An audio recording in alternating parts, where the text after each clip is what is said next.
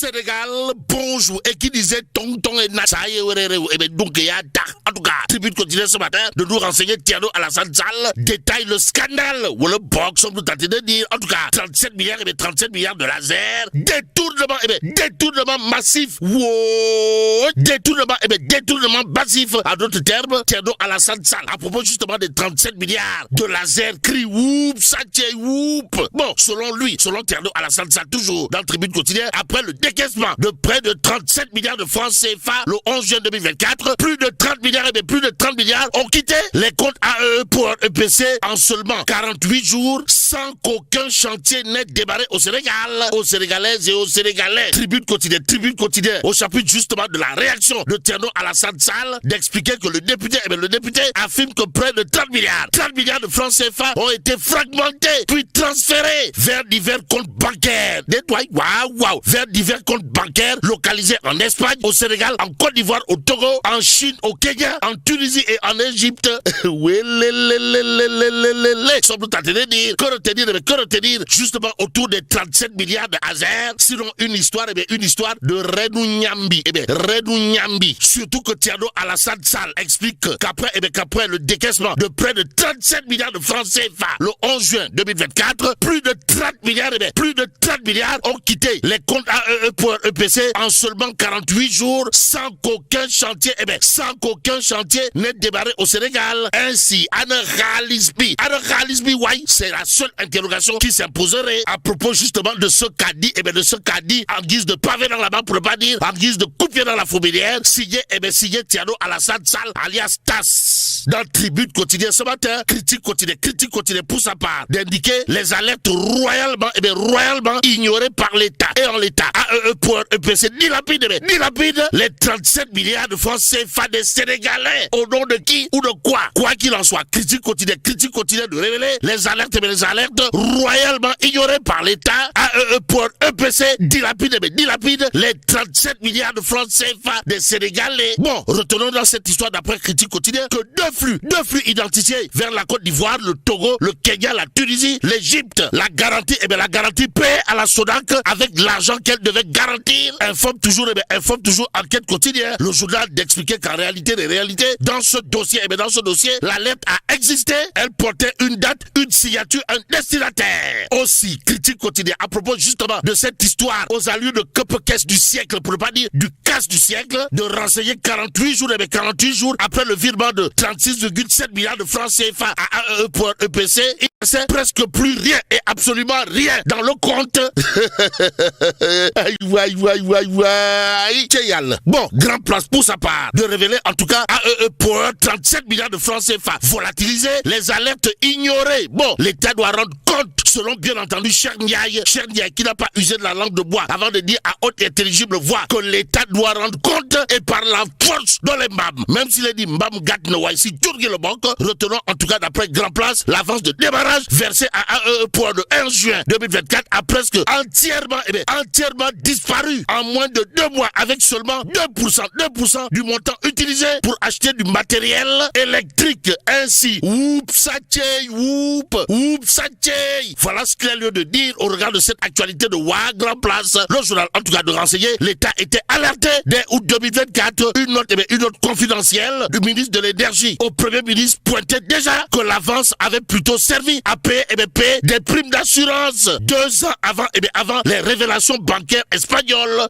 Bon, la SODAC a reçu des paiements pour des garanties après le décaissement et avec les mêmes fonds que ces garanties devaient protéger. Note toujours Grand Place, le journal d'indiquer ainsi un montage qui neutralise toute protection pour l'État sénégalais. Bon, aux Sénégalaises et aux Sénégalais. Retenons toujours d'après Grand Place, les relevés bancaires montent des virements vers l'Espagne, le Sénégal, la Côte d'Ivoire, le Togo, le Kenya, la Tunisie et l'Égypte. Plus de 8,5 millions d'euros convertis en devises sans bénéficiaire connu. Et ce qu'on sait désormais, d'après toujours Grand Place, porte sur un fait clair, comprenez, ce qui était présenté comme un litige commercial est devenu une affaire d'alerte ignorée par l'exécutif. La justice espagnole et sénégalaise sont saisies. Mais la responsabilité politique politiques exigent les réponses immédiates aux citoyens. Ainsi, la dépêche continue pour sa part de révéler à faire des 37 milliards destinés à l'électrification rurale, les révélations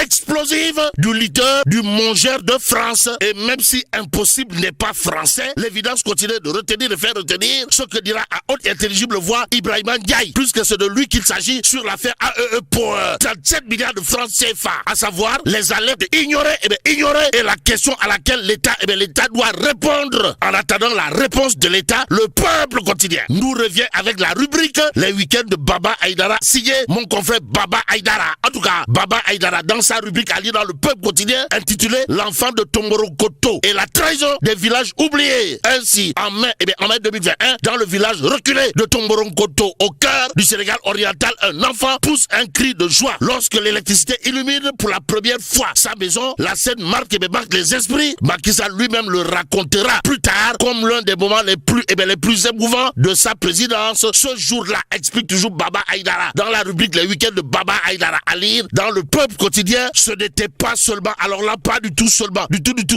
une ampoule qui s'allumait, c'était de l'espoir d'étudier après le coucher du soleil, l'espoir de conserver des médicaments dans un réfrigérateur, l'espoir de développer une activité économique, l'espoir tout simplement et tout bonnement de ne plus être condamné à l'obscurité parce qu'on est né loin des grandes villes. Note Baba Aïdara dans la rubrique les week-ends de Baba Aïdara, allez bien entendu dans le peuple quotidien aussi. Mon confrère, journaliste d'investigation de classe mondiale, d'expliquer aujourd'hui ce cri de l'enfant de Tomborokoto résonne comme un douloureux rappel car pendant que des milliers de villages attendaient leur tour pour voir jaillir cette même lumière, près de 37 milliards de francs CFA destinés à l'électrification rurale se retrouvent au cœur d'un scandale aux ramifications internationales. Bon, les révélations faites par Thierno Alassane Sall sont troublantes d'après mon confrère Baba Aïdara dans la rubrique les week-ends de Baba Aïdara du peuple quotidien qui ajoute selon les documents bancaires qu'il affirme que les documents bancaires que Thierno Alassane Sall affirme avoir obtenus dans le cadre d'une procédure judiciaire en Espagne, l'argent destiné à électrifier 1600 villages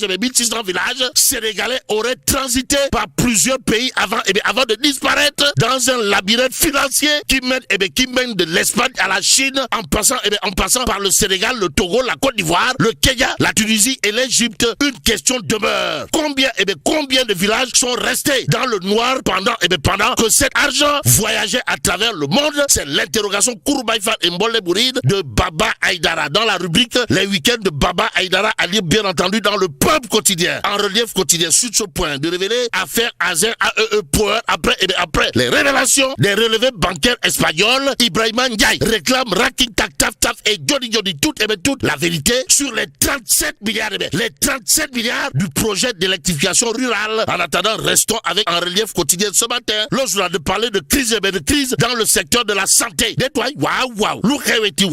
En relief quotidien de révéler la souveraineté pharmaceutique du Sénégal en péril et les industriels pointent l'ARP du doigt. De quoi dire? Docteur Aïssatou Sougou, directrice générale de l'agence sénégalaise de réglementation pharmaceutique. Toi aussi. En d'autres termes, c'est la nouvelle directrice générale de l'agence sénégalaise de réglementation pharmaceutique, docteur Aïssatou Sougou en l'occurrence, qui bloque totalement, pour ne pas dire complètement et voire carrément le projet de souveraineté pharmaceutique du Sénégal au nom de qui ou de quoi, ou encore au profit de qui ou de quoi. Quoi qu'il en soit, en relief quotidien dans ses colonnes d'expliquer le retard dans la publication de la 3e liste des médicaments corrélés fait monter la colère au sein de l'industrie pharmaceutique sénégalaise. Aussi, alors que le pays ambitionne de renforcer sa souveraineté sanitaire à travers la promotion de la production locale, les industriels accusent l'agence de réglementation pharmaceutique de freiner cette dynamique par des lenteurs administratives jugées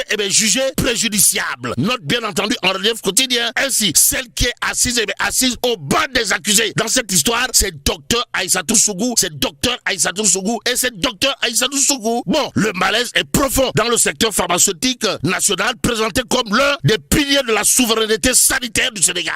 Le mécanisme de corrélation des médicaments est aujourd'hui au cœur d'une vive controverse, explique en relief quotidien. Lorsque l'on a ajouté en cause le retard persistant dans la publication de la 3e liste, de médicaments corrélés. Un outil pourtant considéré comme essentiel pour protéger et développer la production locale de médicaments. Bon, pour les industriels, ce blocage constitue un sérieux coup d'arrêt aux ambitions affichées par les autorités. Ils dénoncent une situation qui fragilise les investissements consentis ces dernières années et entretient une concurrence jugée défavorable face aux produits importés. Renseigne toujours en relief quotidien ce matin. Que retenir à ce sujet? Sinon, la critique vise principalement l'agence de régulation pharmaceutique chargée notamment d'encadrer le processus de validation des médicaments corrélés. Bon, les industriels reprochent à l'institution des lenteurs administratives et l'absence prolongée de certaines commissions techniques indispensables à l'examen des dossiers. Ainsi, à Dr Aïssatou Sougou, directrice de l'ARP, il conviendrait de dire tout simplement et tout bonnement, toi aussi, au regard de ce que nous lit bien entendu en relief quotidien ce matin. Ce matin, l'observateur l'obs de parler de proposition de révision constitutionnelle. Pourquoi faire? Eh bien, pour nous livrer la nouvelle secousse institutionnelle.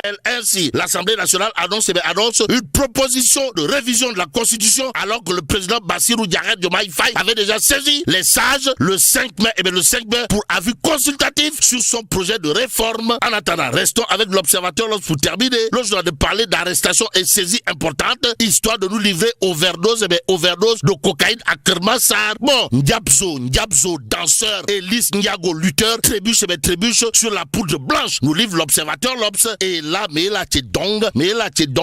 Il faut nous dire, bon, que Dieu préserve le Sénégal.